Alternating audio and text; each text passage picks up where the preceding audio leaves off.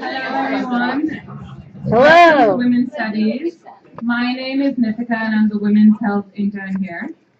And if you don't know the person sitting next to you, take a quick moment to say hello and introduce yourself. Hi.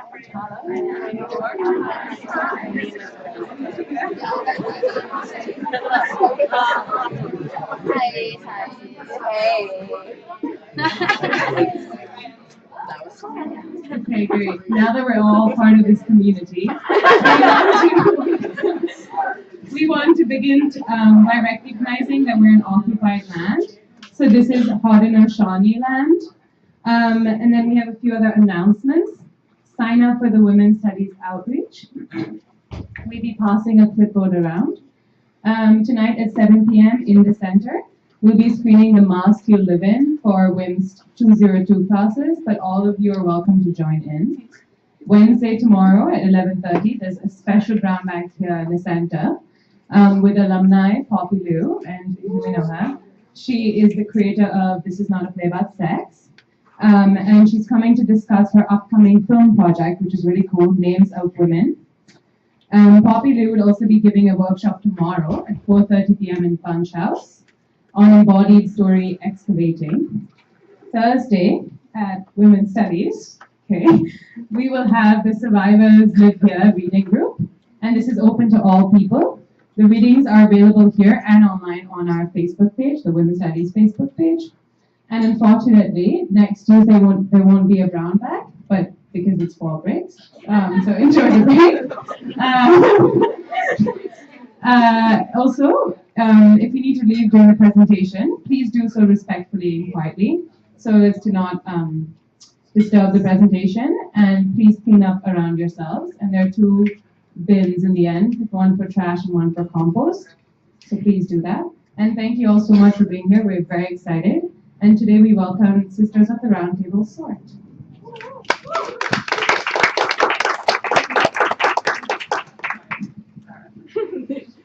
Hi, I'm Sahara. I'm one of the co-chairwomen of SORT. Hi. So we decided to start off our brown bag with an icebreaker, so I'll let Oni explain that. Okay. Hi everyone, I'm Oni, and I'm one of the co-chairwomen for SORT along with Sahara. And so, sorry. So our icebreaker is, sorry. Okay. Hello. So our icebreaker is a texting poll. So what you're going to do is answer the question. And so the question is, what do you think of when you hear the word SORT? Or what have you heard about SORT? And so the responses are anonymous, and we'll just see all of them come up at the same time. So be honest, it's okay. So you're going to text clean dusk 862 to 2233 to join the poll. So the number is 22333. That's the number you're going to text. And then to enter the poll, you're going to put in clean dusk 862.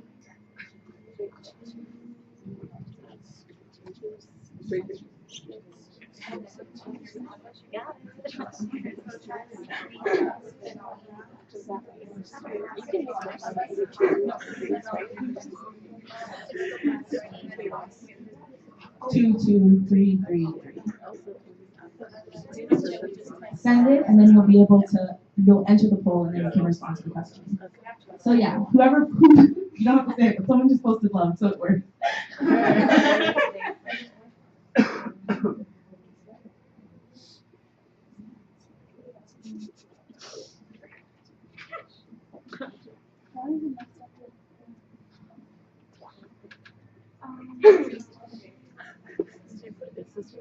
Yes, actually, to see if it would work.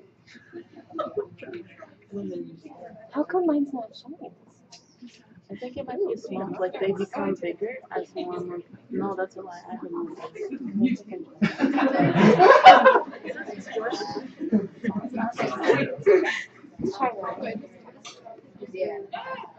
Oh, the one that's I'll judge you for yours. It is no longer accepting the shot. Oh, it's no longer? Yes. Yeah, I guess we can just talk about the ones that are here. Yeah, that's right. Did someone have something really cool they wanted to say? Is that okay if I just shut it down now?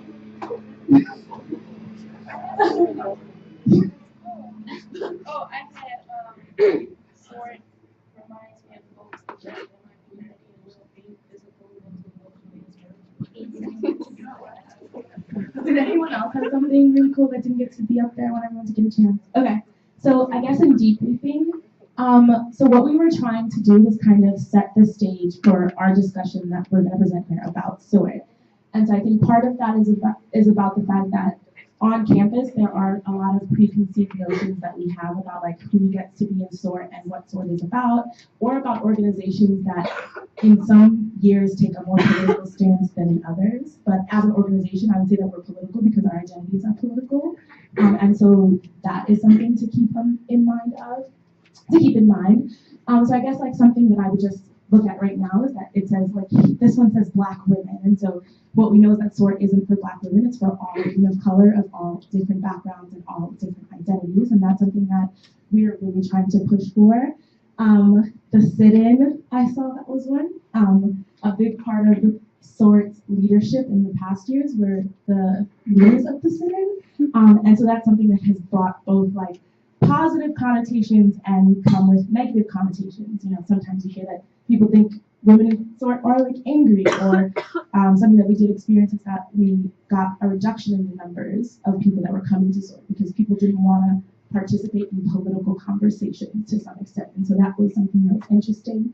But love and care and inclusivity, these are all things that we really think are important on campus and really ties into our mission and our goal this year as an organization. And so that's kind of just the beginning of this discussion. Okay. So to introduce the panelists, we're going to ask them to center themselves in their history and explain that to the audience.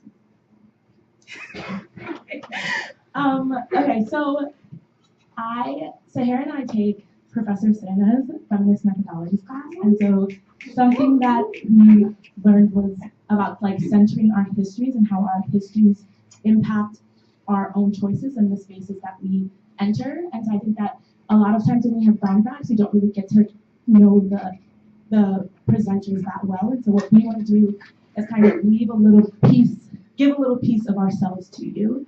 And so that's something that we thought would be a good idea. So for me, if I'm thinking about what influences me, it would be the fact that I am Nigerian and Liberian, but I'm a Black woman and I was raised in the United States, but still heavily influenced by my cultural upbringing. I ascribe to African feminism, and those things aren't, like, those words can't be separated. Like, those things are important because I don't think I don't ascribe to feminism in the way that it has historically been defined, but I ascribe to a type of African feminism, and that's really important for understanding the ways I move into spaces. So in ascribing to African feminism, I pay homage to like my mom and my aunts and the women in my family because they really raised me to think about the world differently and to be critical of the spaces and the places that I'm in. So. I'm Natasha Torres. I graduated in 2015.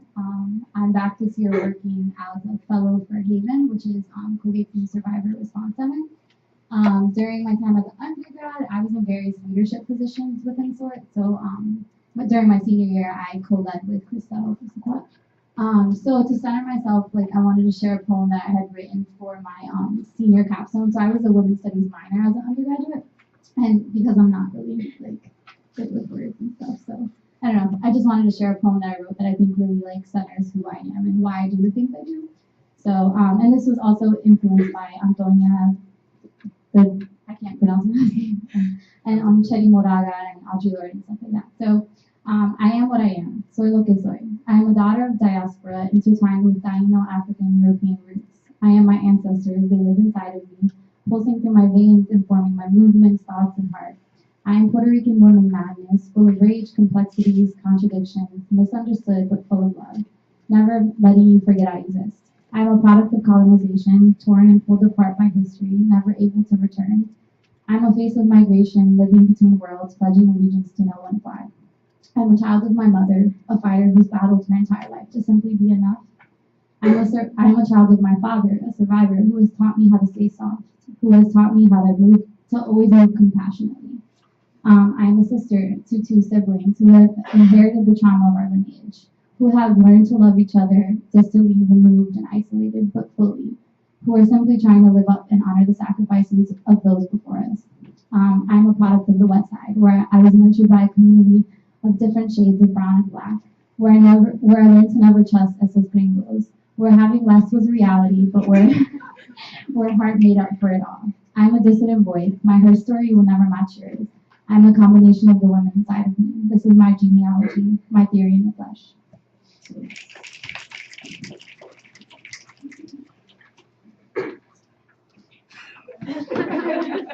Hi everyone. My name is Sam Rodriguez. I'm a senior. I guess wait, are we senior? You can't. Yeah, I'm on the Corps Sword this year. I'm an inside secretary for the organization.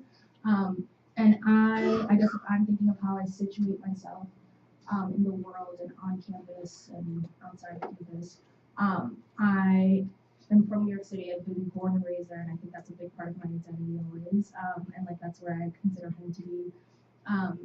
But I also am like a child of immigrants, and so trying to navigate the world, like considering like where my family comes from, while also like recognizing the privileges that I've had because of their sacrifices and keeping that in mind. And I think a big thing that I always try and remember when I'm navigating spaces is holding myself accountable and always reminding myself of like how I'm navigating the space because of the identities that I hold.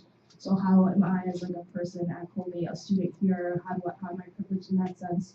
But also how my identities as a woman of color or as someone who participates in different activities on campus, and how am I occupying spaces?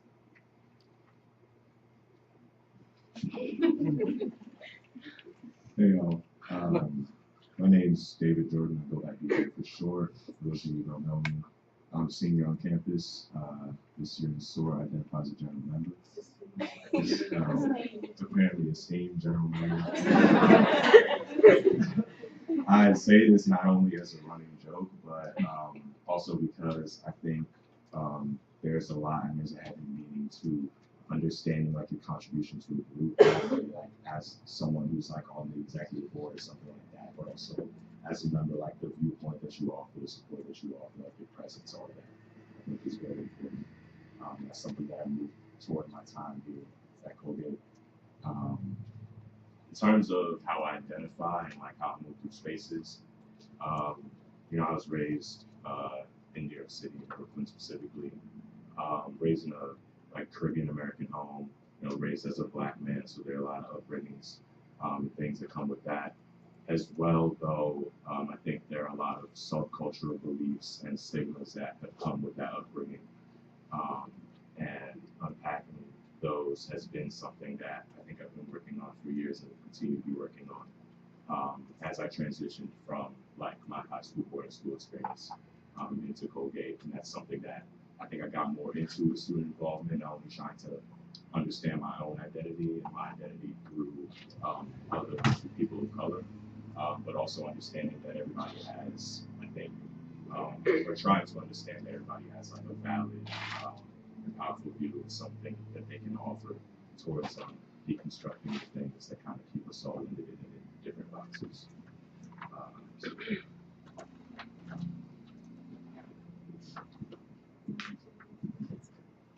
Okay, so I kind of have the task of talking or thinking through SOAR's history, which is hard within itself. So as a student,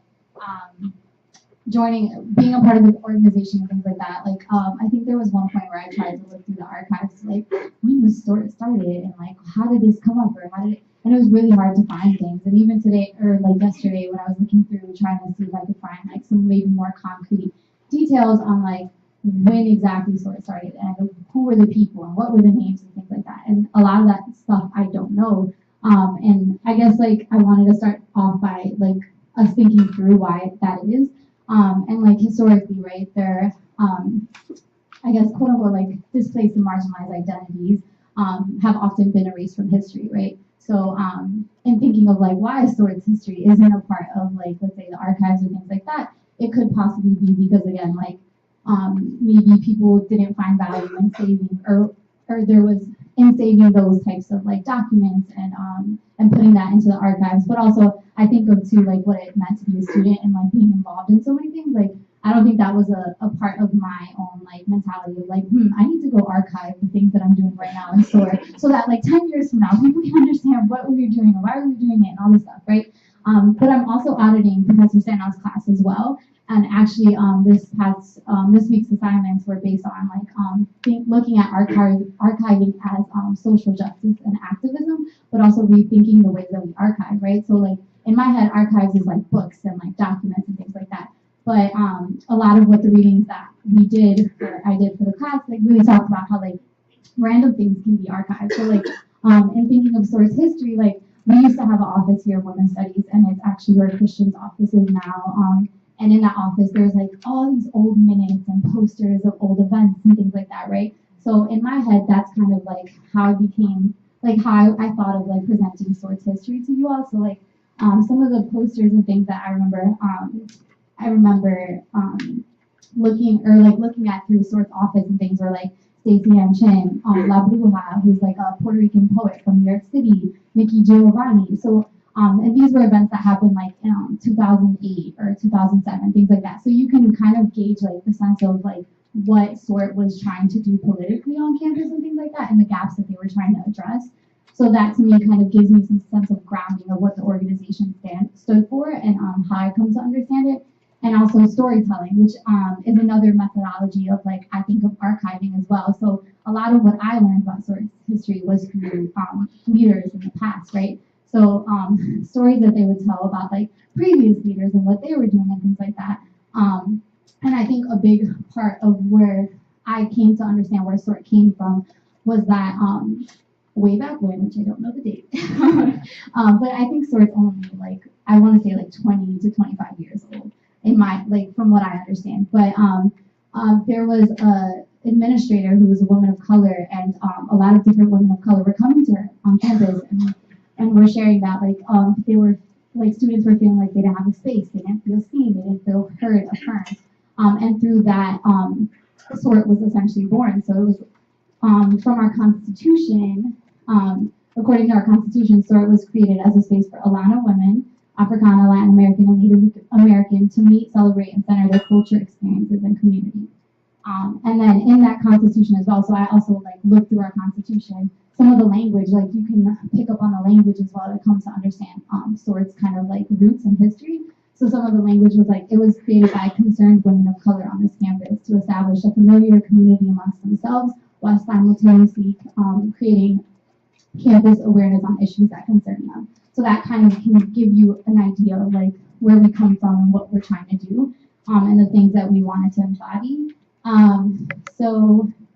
And another thing to note too, that within the Constitution, SORT was always open to other individuals who didn't identify as women of color, right? Because I think a large part of it was like creating a space where women are where women of color are celebrated, but also that doesn't necessarily mean that you can't find yourself within that space and support those initiatives. And then from my own experience, SORT has always like every year. So as an undergraduate, I think SORT was so different every single year, right? Because I think whoever's in the space makes the space. And I think that SORT's structure is fluid in that way, right? And I think a lot of students groups are fluid in that sense. But I think that it always has had an underlying political component, right? Because again, I also believe the person is political, and so I think that it's always been grounded in how do we center women of color's voices, their experiences, their perspectives, and also understanding that women of color don't exist in a monolith, right? So just because we're all women of color, that doesn't necessarily mean that whoever finds themselves in the space doesn't mean that their experiences are going to be the same. So I think that SORT is also a space where you can begin to explore that and come to understand those types of things. So I'll let Onya kind of explain where SORT is now. Hi, okay. So today, SORT is still focused on a lot of the same things that Natasha talked about. And so something that I want to just pick up on is that on one of the responses, someone put exclusive. And so what I would say about SORT is that SORT, yes, is an organization that is built around supporting women of color of all identities. And so a lot of times, if a person doesn't necessarily identify within, so I think that a lot of times, because like Natasha said, whoever's in the space makes the space. And as an organization, we are trying our hardest to kind of to break barriers and surround discussion and have discussion in ways that can encompass everybody. But us encompassing everybody can't necessarily do damage to the identities that are in the space and like the purpose of the organization. And so I think that that's really important. And so, you know, like as a woman of color in SORT, I believe that SORT today is about building networks. And something that I learned in the Black diaspora class is that African practice essentially, or of networks, of building networks among women, was a survival strategy. So how is it that SORT is in itself a survival strategy for women of color on this campus? And so that is something that I would say. So right now, I think for Sarah and I and the rest of the core, our goal is to rebuild to some extent, get our numbers back to where they were, to get people back in the space and to understand that being political doesn't necessarily mean that we're all gonna, like, we can't all agree, but that we can still come to a space and have discussion and support each other and love each other. And I think that that's what's really important for SORT. And that's part of the reason why we have to do it. So that's what I would say, yeah. Oh.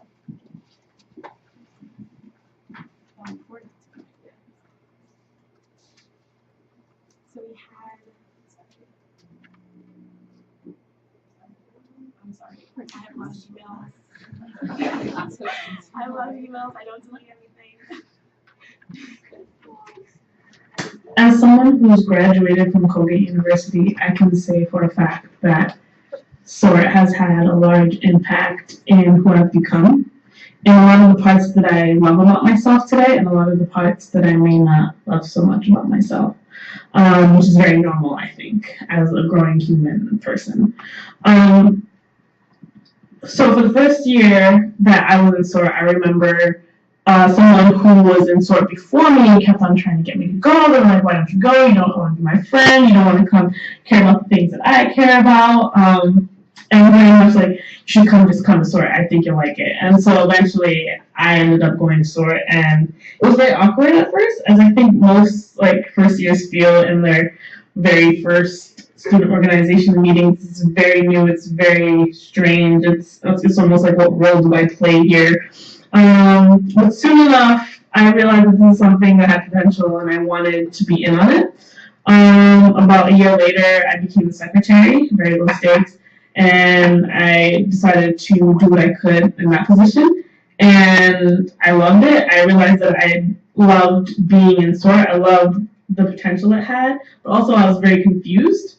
A lot of people who were on the court with me, I was confused, as a lot of student organizations, when they go through, like, a lot of student organizations go through high moments and dips in their kind of impact on campus. Some of them are like high, like, this is everything we can do, we're doing all the best things, and sometimes dips were like, oh, the core is not as great as it could be, and or for whatever reason, like, we're not doing as best we can, which is fine, it's normal. I remember becoming secretary during one of those dips, and I was very confused. I think student organizations, as embodied through their core members, student organizations rely heavily on who runs it, not just who's in it, but who runs it. And SORT was pretty confused during that dip, because I was confused, and a lot of the people on the core were confused, and we were really young, as a lot of student organizations go through that. And sorry, okay. So we have this idea of kind of getting more alums to say things. So that's why Natasha's here, and Christelle, who is a Colgate student, and also, like you said, a big part of the core. And so it was just important for us to kind of shed light on, like, who has been in this space, and what impacts have they had. And this is just a little glimpse. Okay, so for the first question for the panel, we wanted to have y'all talk about your involvement in SORT. So what you heard before attending and after you joined, or why did you join?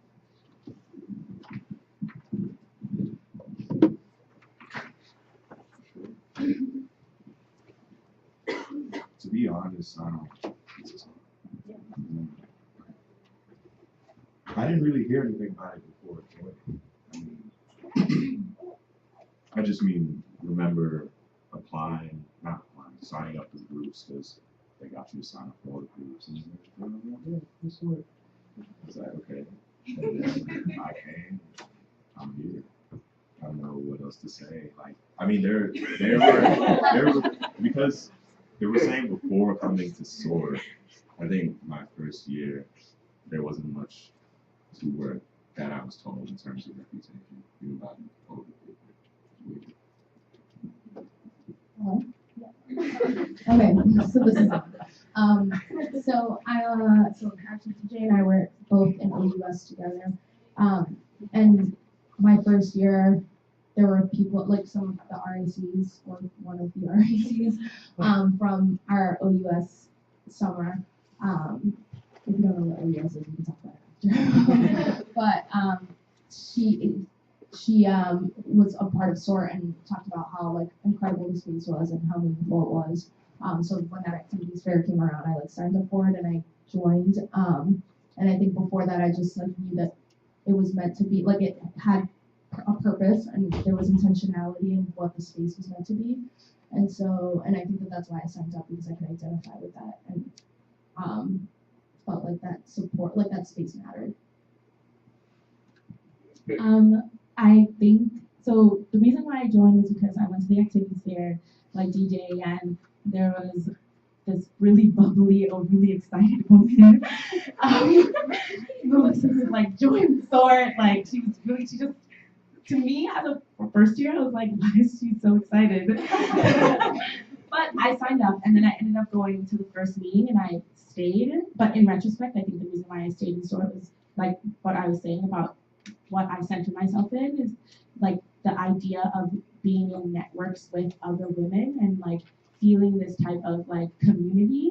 Also, I went to an all-girls private high school, and so at my institution we had a Black student union. And of course, it's all girls, so the Black student union was an all women of color organization.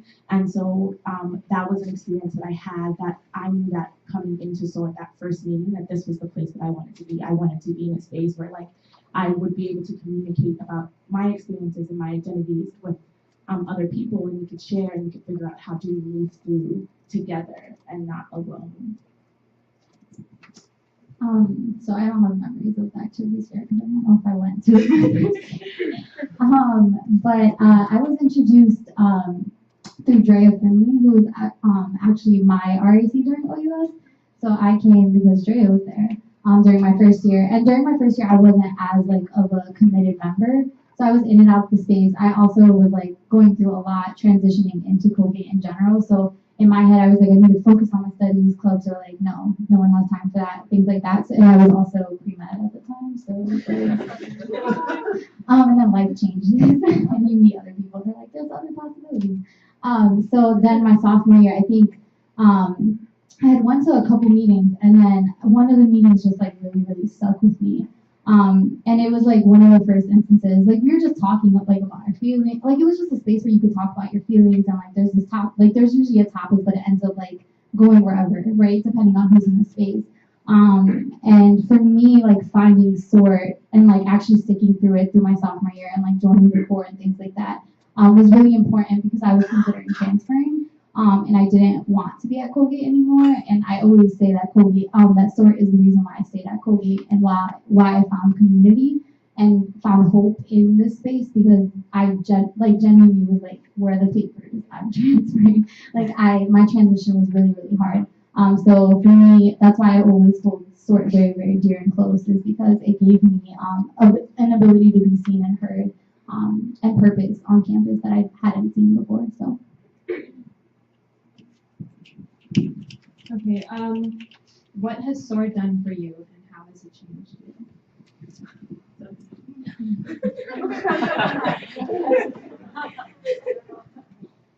I feel like this won't be as like deep because I'm thinking about it now. But like because I did prep it.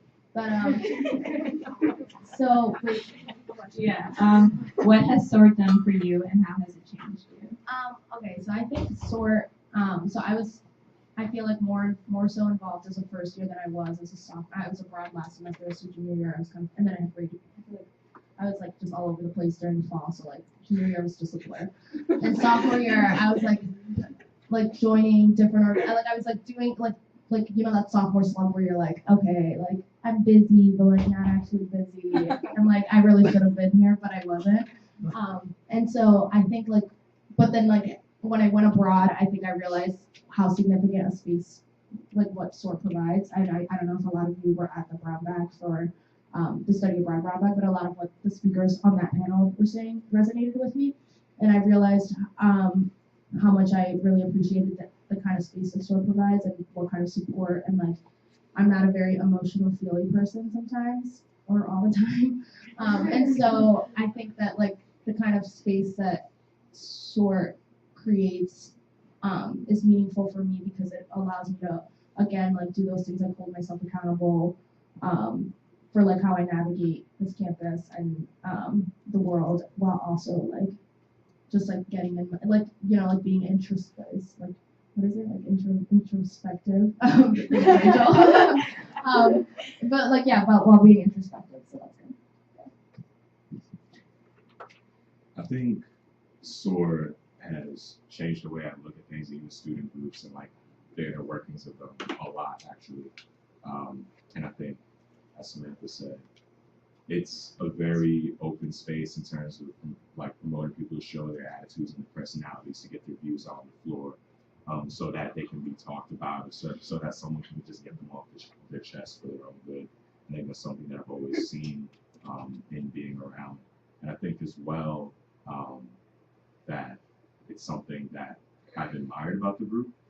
I think there's a sense in which the conversations are allowed to be organic. They're allowed to like not stick to a topic, but the topic is allowed to be like a prompt for things that might be going on, or something personal that someone might have to say about like you know how their culture and their background is playing out at Colgate, or it might have like be scrapping or scraping against like the framework that is kind of very dominant here. And I think it's something that is actually a challenge to kind of form topics around in other groups. And it's something that I think comes more naturally here, even though, you know, it doesn't always lead to like happy endings. Like there are conflicts sometimes, but I think at the same time that that's good for people to hash things out, like and come closer to understanding themselves, like through hearing other stories and kind of that kind of exchange. Sorry. So I think that for me, SORT has really provided a space where like I can be at ease, especially now that I'm in my final year and there's a lot of pressure to do a lot of things and to finish well. Like I am always in kind of go when it's time to do things that relate to SORT or go to SORT meetings. Like that is when I am like when I'm at peace. And so that's what I would say that SORT has given me, is peace of mind, and that's partly because of the relationships that I've also held on to. So some of my closest friends are like people like Natasha and Melissa, who have literally tried to support me in every way possible. And sometimes it's hard because I don't support myself, but that's a big thing for me, is that those are the people that have always supported me and continue to support me. And so that's why I stay in SORT. And so I also think that like I want to help build I want to build those relationships and that type of community for other people. And so that's why it was really disheartening for me when I came back from study abroad and I was in the space, and the space wasn't what it used to be. And so that was something that like I had in mind. Like, how do I make sure that when I graduate that SORT still exists? Because there are women, we don't want to come to a place where women of color are talking about the same things, but they're talking independently and they're not communicating with each other, they're not supporting each other, and I think that's really important. So for me, I think SORT has changed me in so many ways, like on a personal level, but also like I talk about this with Melly and Christelle, and like professionally too, like because you know all the events you plan, like those are skills that you can like actually use once you graduate. So for me, I think the biggest thing was like a space that allowed me to think through my baggage collectively, right? I think that with SORT, I was able to come into my feminism, or like actually like acknowledge what it was, and think through my identity and complicate things, right? Because like you put a bunch of different people in a room, right? We all have this common ground of being women of color, but we're so different. And that within itself, like the conversations, the way that conversations are shaped, you begin to like, think through your own stuff. Like, what are your own gaps? What are your own privileges? Your own like, yeah, you are this, but how is that like to think about things more nuancedly? I think was a really important thing for me in a space that I felt like it was out of love and nurturing, right? So I think that having those types of conversations is difficult, and to have like a group of people who are like, nah, like I feel the same way, like all these tensions, I don't know what to do, like things like that, like having that type of support system was really, really important. And to me, coming into my politics, my praxis, like how to put what I was learning in the classroom, what I was feeling on campus, what I grew up with, how to like make sense of all that. And I think that sort was one of the first spaces where like I really felt supported and nurtured in that way. And also like my friends were going through the same process too, so it felt like we were really like a collective. But and I have points because like I forget things and I really don't want to forget the things. And I also like wanted to say too, like SORT wasn't always a perfect place, right? And I had to reconcile that because as a leader of an organization, you want everything to be perfect. You want everyone to feel affirmed. You want everyone to feel like they're seen, they're heard. And I realized how hard that was, right? Especially like as a leader, you're supposed to carry this organization and you're supposed to shape conversations. And that's hard. And not everyone was going to feel at home at SORT. And I had to realize that and be okay with that. But at the same time, like making sure that I was being accountable for the conversations and like making sure that I was holding other people accountable in the space, right? Because like as much as like we talk about difficult topics, it's also like important to understand that we're in a community and like how do we talk respectfully, like things like that, right? But also SORT is a space where you can say what you want to say. And like that's one thing that I never wanted to take away from it. So it was always hard like negotiating all those different things as a leader.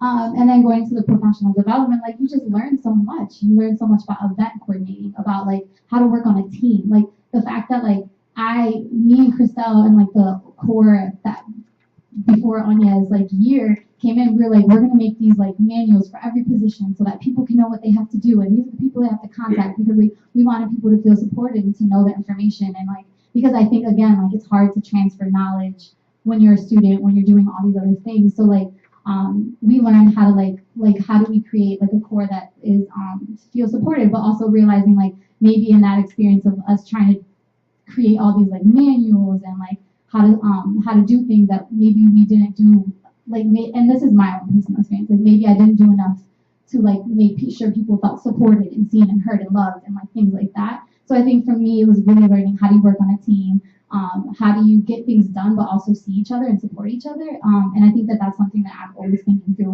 whatever space I'm in and I'm moving through, and yeah, I think that wraps up. Yeah. And as women and a man of color on this campus, what does SORT mean to you? Yeah.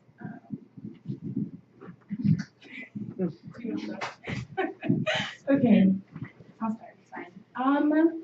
So to me, SORT means family, and so like family is imperfect, and I think a lot of times, like Natasha was saying, we put expectations on ourselves, and people put expectations of us or expect us to be this, like we present it as being this perfect place, and it's not perfect. We bring to it everything that encompasses us, and so that is the negative parts, and so. In the same ways that I have had really positive experiences, I've been really sad. But that's okay because I've been able to communicate that and like discuss that. And I think that's important to be able to debrief. And so even after that debrief, I still find myself back in this space. So to me, SORT is family. It's networks with people that want to support and want to care for each other. And I think that's important at an institution like this.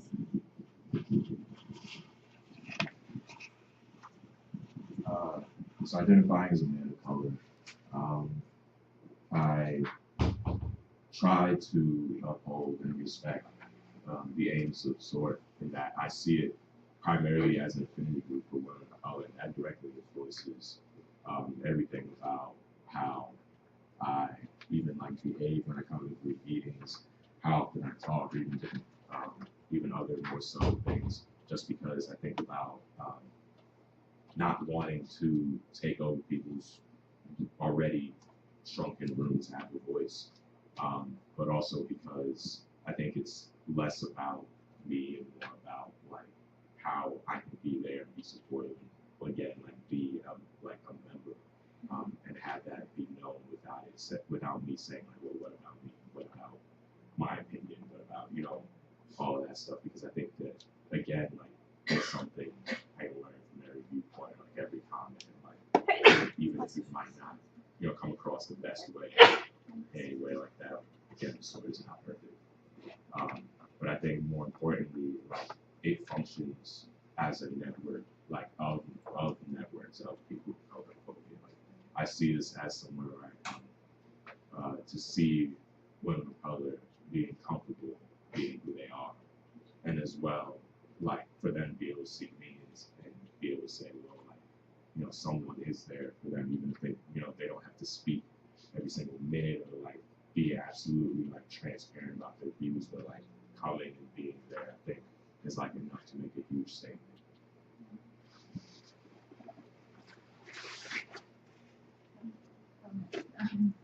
So, as a woman of color, I guess, SORT, I think SORT for me means that I'm like participating in it, and being active means that I am like kind of like reiterating, I think, a little bit of the ends of what DJ was mentioning, like being active and like being part of this community where like I'm gonna know people's names, and like we all participate in different things, and we all like have different viewpoints, and like feel differently, but that we will all like kind of navigate Colgate and be there for one another to some extent, if that makes sense. Like, despite our like how we despite our perspectives, like I'm gonna be part of this organization because I care about the community, and because I like and because I care about the people in the community, and again like kind of like want, and I think like why I'm in it now, which is part of the question, I'm gonna put that in there anyway, is like because I care about the sustainability of the organization and what it's meant to do, and like wanting it to continue forth. And I think that a lot of what and that's meaningful for me personally, and that's why I like want to commit my time and energy and my emotions and like be there.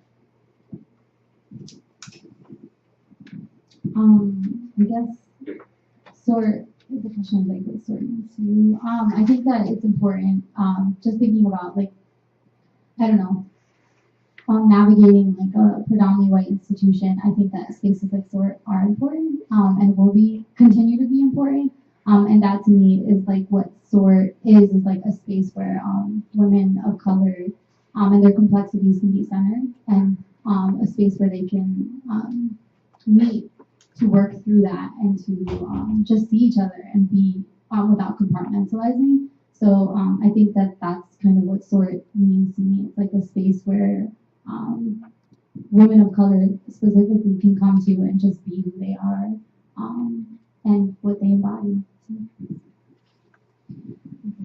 If you had to describe SORT to someone who doesn't know what it is, how would you describe it?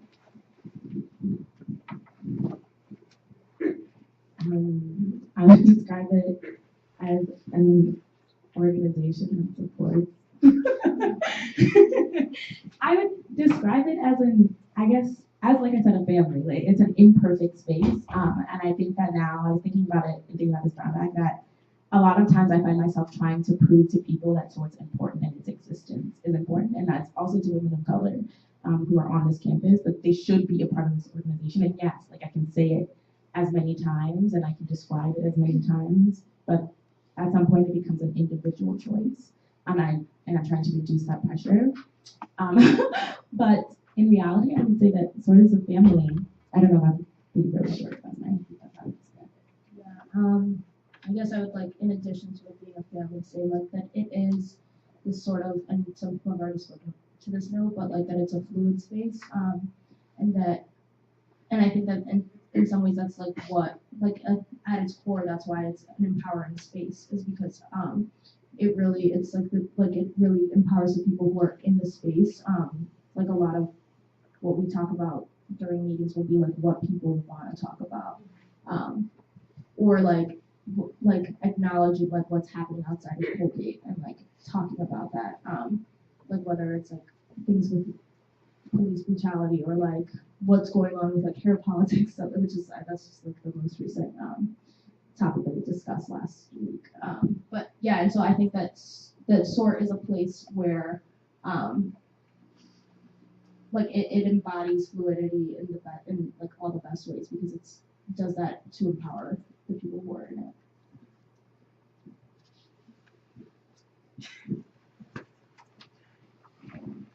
I think my answer to that question would vary depending on who I was talking to, because like I think that the perspectives on like what sort means someone vary. I think the objective remains the same. It's just a matter of how you explain that to someone. Because I'm talking to someone who identifies as a woman of color, like it's a target group. It's a target like demographic group for sort.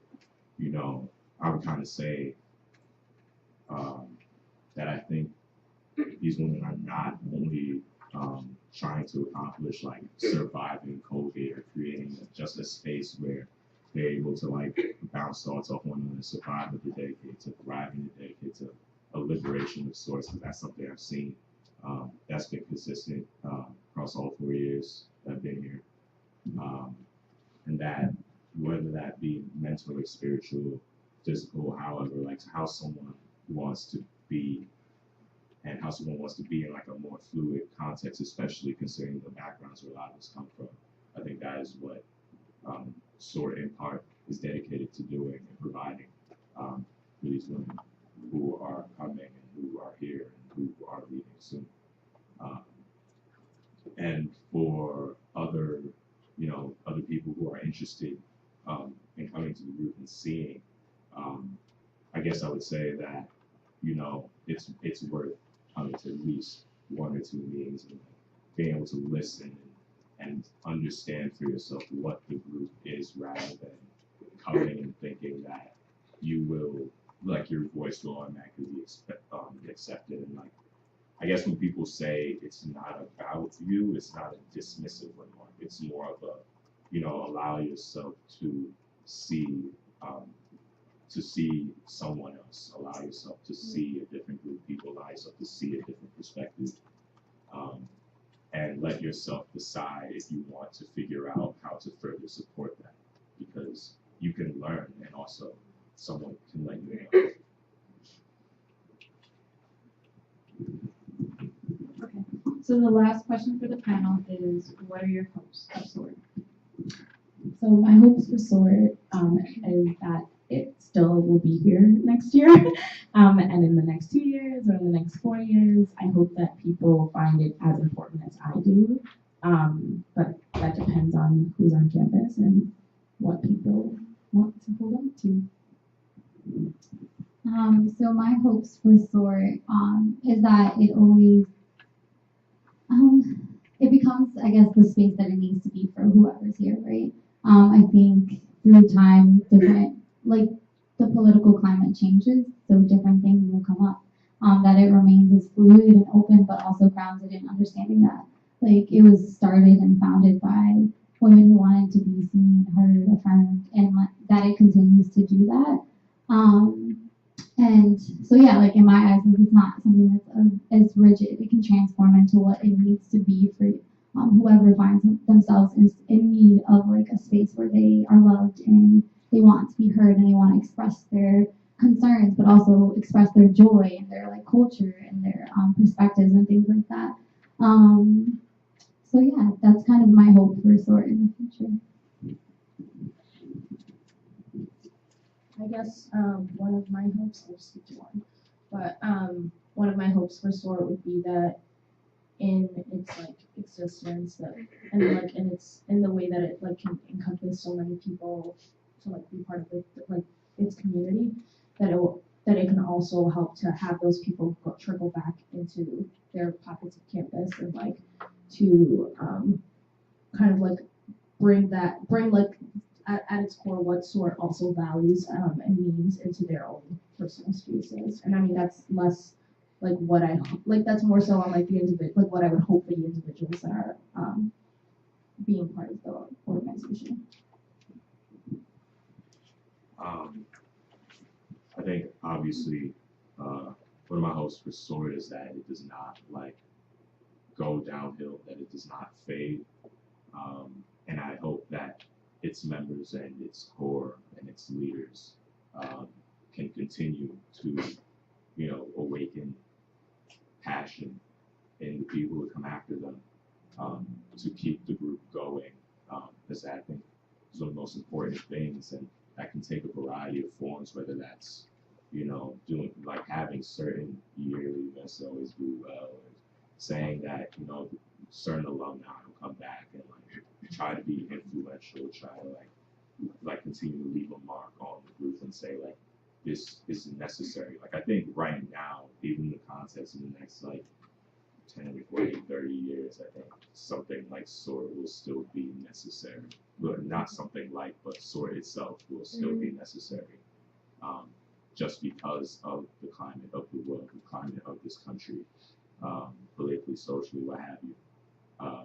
There needs right now and foregoing, there needs to be a space where the continuing issues of this social framework can be worked out, or that, you know, there's a space where someone's saying, okay, like this stuff is fucked up, like let's talk about it, let's talk about how we can work through it, let's talk about how we can start to pull ourselves from it, like even though we have to continue to function in it at some point, like when we leave, like how will we think about how we want to change that, how we think about like how we can utilize like our power and what will become our privilege, like as we leave this university, to uphold our values and to continue to liberate ourselves.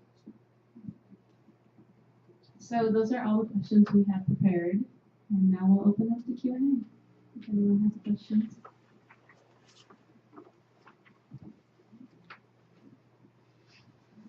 Ben? Oh, hi. So I kind of want to ask, how do people who don't identify as a woman of color kind of be an ally, and kind of what that looks like? I know DJ's talked about that a little bit, but I'm kind of wondering, from the woman of color on the panel, like what does that look like? What does that mean? Like how should one act in the space? How should one kind of navigate that allyship and what that means to y'all as well? So I would say that in order to do, I don't think that I think that the only thing that I would say is that we all have to be mindful of how much we take up spaces.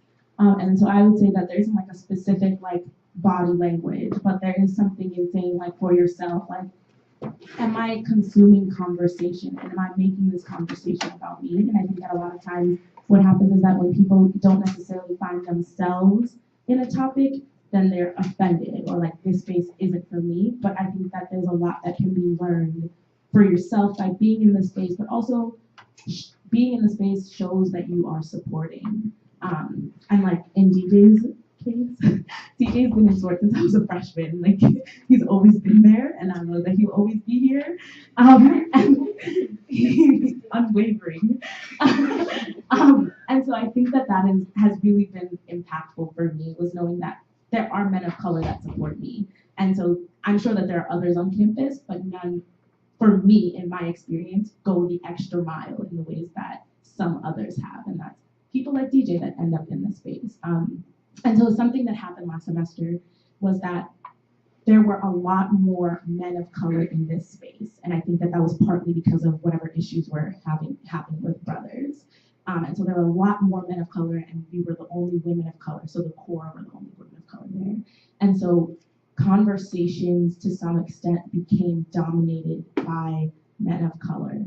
And so that isn't, it wasn't that it was bad, like we want men of color to be in this space, but it also was for us, like, how do we get more women of color here? Because that isn't necessarily, like the purpose of this space was to create community for women of color supported by other members of the community, right? And so by just having men of color here, how is it that the space was altering to some extent and changing and like not necessarily living up to its mission? And so that's a big part of our rebuilding method for this year, is kind of getting women of color here. Yeah. I guess I would also say that, like, and this is like, I think like a very gray line sometimes, or like a fine line, is to not also be a spectator, if that makes sense. And I'm not really sure, like, I don't know how you do that, because but like, you know, like I just don't like come and sit in the space to like, and that's I think a part of like what occupying and taking up space can be, is if you're just there spectating for consumption or something, or like as like a spectacle, and that's not what the purpose of the space is. So like be there and like listen and like and yeah, like remind yourself of what the intentionality of the purpose of this kind of space is.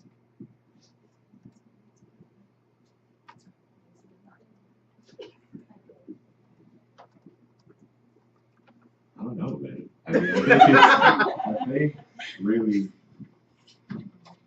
I think it's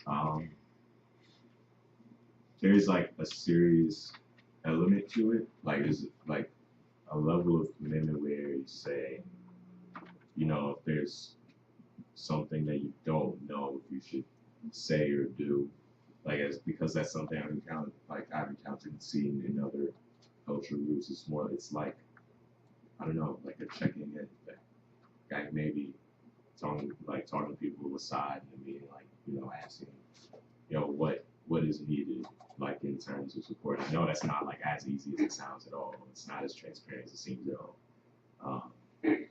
But I think it's definitely tough to not be a spectator, because you don't just want to be like, oh, I'm going because they told me to come, and I'm just watching and leaving, and like I'm doing my part, so to speak. It's like, I don't know.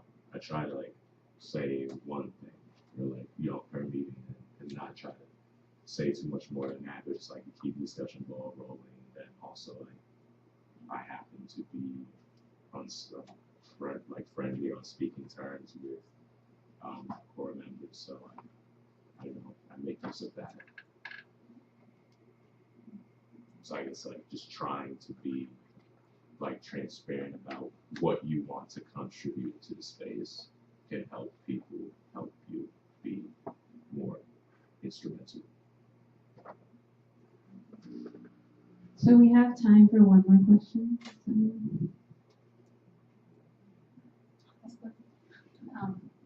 Piggyback to what we were talking in our class, and I'll explain the idea of translingua, right, of becoming conversant in each other's struggles, and sort of in a place of coming together of different, you know, women of color, men of color. I guess I wanted to know what are, in being able to be in a conversation with people from such different lenses, what are some of the things you remember learning by hearing, you know, these different perspectives and different backgrounds? Like what's, you know, like what this sort, what kind of space this sort of creates? Like what do you learn from those conversations? I think that my first answer would be, there was one time when Melissa was chairman, she had I think one of her topics was trans women of color. And so for me, as someone who was very much like sheltered by my parents, I had never been in conversation about different identities, right? Or identities that we conceive of as being different, right? And so when Melissa led that meeting, that was the first time that I became in conversation with women of color about their experiences and how different our experiences can be, and learning about trans women's identities and how, I don't know, am I answering the question? I mean, I guess it's, you know, how each of you experience it, but yeah, like what have you learned from hearing how somebody else experiences something different? Okay, so I think that it has taught me, like being in the space and being in that conversation taught me to be very aware and very open in that, like, to some extent, I am also privileged, right? I'm a cis woman of color, and how, like, that is a varying experience from other women of color. And so that is something that I have learned, is to always be in conversation, and by being in conversation with people and understanding how I can support someone else is the way, I guess that's the way I am translingual, is like being in that type of continuous network of like learning and unlearning. And I think that that's important, and that most of us aren't even open to doing that. But I have I am more open, and I am doing that consistently, both consciously and subconsciously all the time. And so that's what I would say. I think it's also interesting shaping the conversation. So like as chairwoman, I mean like typically like we would put up topics and be like, we have actually, they made a new Starbucks box, but anyway, that's how like our topics for our meetings would go. So like the people who are in the space would like kind of choose a topic. And then also like as a chairwoman, like being mindful too of that, like, right? I think for me, the things that I learned the most was like, understanding how like in my head, let's say like I see a conversation going X, Y, Z, but understanding like because there are so many different people in the space, different things come up, right? And it's like, how do I then begin to understand my own positionality? What ways am I complicit in certain situations? What ways am I not? How do we begin to like have conversations on that and like see each other and understand that everyone in the space isn't the same, like on the same page and things like that. So like we could be talking about I don't know, what are some of the topics? Like we did a couple on like music and the media and like how we feel about, I think there was one, was it Nicki Minaj? Beyonce. I don't know, like we talked about like, and I think we talked about respectability. What was that? That was our first one we met came to. The first one Beyonce. was Beyonce and Miley Cyrus. Okay, exactly. Like the topics like that and things like that. And I think for me too, it's just like, I don't know, yeah, like those are things that I think I've taken away from SOAR is like being accountable and mindful, right? Like I am XYZ, but at the same time, like how can I be accountable to someone else's like struggle and positionality, especially within these spaces, like understanding that support for me does not look like what support looks like for me might look so different for somebody else. And like how can we then begin to bridge through relationships, right? Too, I think that SOAR is also what was powerful about it for me too was that you began to see each other like in a more relationship type of like interaction versus like, oh, you're my peer, you're in one of my classes or something like that, right? And I think that that creates a different type of foundation to thinking through issues and identity and things like that. So I don't know if that answers kind of the question, but yeah.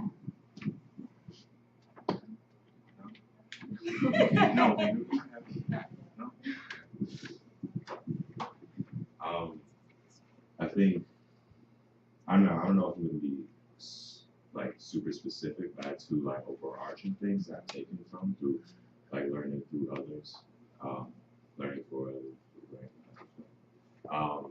One has definitely been like gender fluidity in the spectrum of gender, differentiating between gender and sex.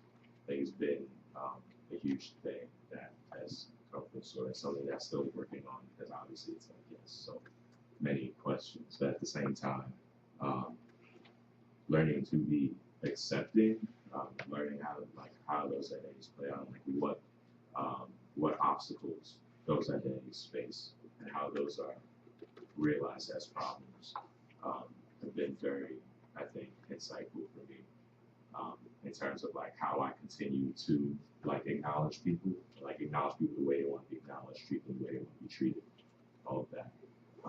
And then the second I would definitely say is, I don't know how to put it, but I think like emotional conversation, but conversing like amongst like high, strong like emotional topics as well as like very like emotional perspectives.